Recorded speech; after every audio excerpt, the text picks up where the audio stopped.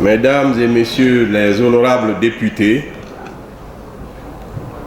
Monsieur le ministre représentant du chef de l'État, de l'examen du projet de loi de finances rectificative 2015, j'ai l'honneur de prendre la parole au nom de mes collègues députés du groupe parlementaire Alliance républicaine pour saluer et remercier les honorables députés, les ministres et divers représentants de l'exécutif, ainsi que le personnel parlementaire ici présent.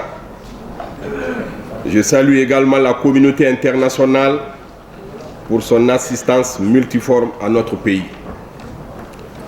Pour l'examen de la loi de finances rectificative 2015, le groupe parlementaire a procédé au prime abord à la relecture des observations qu'ils avaient formulées lors de l'examen et du vote de la loi de finances initiale 2015. Ce qui nous amène à exercer un jugement critique en jetant un regard objectif sur les résultats obtenus à ce jour au plan de la politique budgétaire poursuivie par le gouvernement.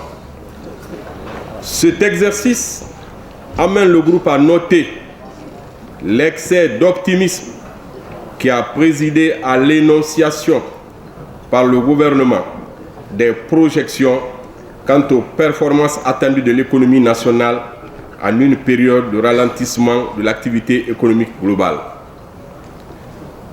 On rappellera en particulier les effets négatifs qui ont découlé des anticipations inappropriées enregistrées dans la gestion des prévisions économiques, car le gouvernement annonçait à l'époque une projection du PIB de 4,1% que nous avons jugée non fondée au regard des contraintes qui pesaient sur notre pays. Nous avions estimé alors que la réalité serait plus proche de la récession économique. Dans son discours de présentation de la loi de finances rectificative en date du 26 août 2015, le ministre des Finances déclare: les estimations récentes indiquent que le taux de croissance du PIB, initialement projeté à 4,1%, pourrait être nul en 2015. Il faut donc croire que la tendance actuelle, qui pourrait d'ailleurs subir les contre-coups, cette fois-ci de la fièvre des élections présidentielles et non de la fièvre Ebola, est susceptible de décliner au-delà des limites prévues par le gouvernement pour afficher une valeur négative. On pourrait vraiment parler de récession et une telle éventualité est très plausible si l'on considère la persistance des contraintes actuelles et la morosité économique qui accompagne toujours les campagnes électorales dans nos pays. Au plan des recettes, le groupe parlementaire Alliance républicaine avait des inquiétudes persistantes sur les apports budgétaires de certains organismes, en particulier l'ARPT, le patrimoine bâti, les redevances minières. Les solutions que le gouvernement propose pour l'amélioration des apports budgétaires en termes de charges pèsent énormément et strictement sur les citoyens guinéens. Nous voulons que cela pèse aussi sur les investisseurs, dont les profits sont créés par ces citoyens.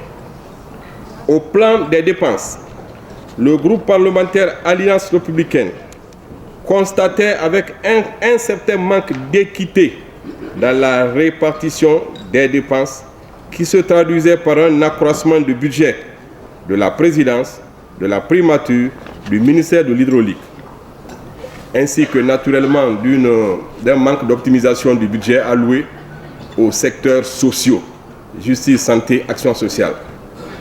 En passant donc en revue les différents postes de dépenses, il saute aux yeux aujourd'hui que les institutions qui ont bénéficié des augmentations de crédit durant cette période sont la présidence de la République, le ministère délégué à la Défense, le ministère de la Sécurité, celui du Commerce, celui de l'Énergie et de l'Hydraulique que l'on croit budgétivore, le ministre des Transports, le médiateur de la République et la CENI naturellement. En comparaison, il faut relever que les secteurs sociaux, y compris l'éducation, la santé et les affaires sociales, n'ont pas échappé aux coupes budgétaires. À titre indicatif, le ministère de l'Action sociale et de la promotion féminine et de l'enfance a subi une coupe de 35,9% selon nos calculs. Le ministère de l'Enseignement technique a subi une coupe de 17,8%. Le ministère de la Jeunesse a subi une coupe de presque 42%. En conclusion, ce sont les secteurs sociaux qui ont le plus pâti des réductions budgétaires. Et c'est ça le lieu de la vie de nos citoyens. Le ministère de la Santé, quant à lui, se contente d'une stabilisation des crédits, donc avec une infime diminution. En définitive, l'examen du projet de loi de finances rectificative devra tenir compte des observations qui avaient été formulées au moment de l'adoption de la loi initiale, tout en intégrant les enseignements fournis par la conjoncture actuelle. La loi de finances ne semble pas prendre suffisamment en compte ces préoccupations au niveau de notre groupe républicain. Deux critiques fondamentales sont aussi là, à savoir la non-indication de l'assistance financière dont la Guinée a bénéficié de la part des partenaires bilatéraux et multilatéraux dans le cadre de la lutte directe contre Ebola et les concours financiers attendus dans le cadre de la riposte aux conséquences économiques dommageables nées de la crise sanitaire. Le groupe parlementaire Alliance républicaine profite de cette occasion pour attirer de nouveau l'attention de l'exécutif sur la non-exécution de certaines dispositions de la Constitution, en particulier l'article 46, exigeant une loi organique qui fixe les emplois civils auxquels le président de la République nomme, ce qui impliquerait du coup la marche de nomination du Premier ministre chef du gouvernement et des ministres. L'article 50, qui stipule en substance que le président de la République prononce une fois par an devant l'Assemblée nationale un message sur l'état de la nation. Je dis encore que ceci est l'unique rendez-vous formel entre le chef de l'État et sa représentation nationale.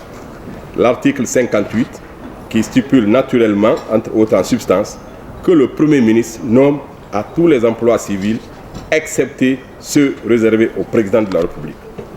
Au plan politique et structurel, le groupe parlementaire constate qu'après l'installation des deux institutions républicaines qui sont l'INDH, l'Institution nationale indépendante des droits humains, et la Cour constitutionnelle, le paysage institutionnel attend d'être complété par la mise en place de la Cour des comptes, de la Haute Cour de justice, du Haut Conseil des collectivités. Ce qui veut dire que depuis 5 années, nous n'avons pas exercé un vrai contrôle sur la gestion gouvernementale. Nous n'avons pas aussi exercé un bon contrôle sur la gestion des localités. Et on est resté sans justice pour tous ceux qui sont justiciables de la Haute Cour de justice. La représentation nationale, donc, attend de l'exécutif une certaine capacité d'anticipation et de maîtrise qui sont susceptibles de lui permettre d'assurer une gestion optimale des phénomènes perturbateurs qui impactent directement sur la vie des citoyens. L'épidémie Ebola, la paupérisation croissante de la population, l'accès difficile aux services de base tels que la santé, l'éducation et l'emploi. Autant de contraintes dont la résorption dépend de la mise en œuvre d'une politique économique cohérente par le gouvernement. Monsieur le Président de l'Assemblée nationale, Mesdames et Messieurs les députés, le groupe parlementaire Alliance républicaine aurait souhaité voter un projet de loi de finances rectificative 2015 dans lequel les départements en charge des finances et du budget ont tenu compte des observations de notre groupe parlementaire lors de la session du vote du budget initial 2015. Cette prise en compte n'a été que partielle. En conséquence de cela, je demande aux députés de notre groupe parlementaire de voter abstention. Je vous remercie pour votre aimable attention.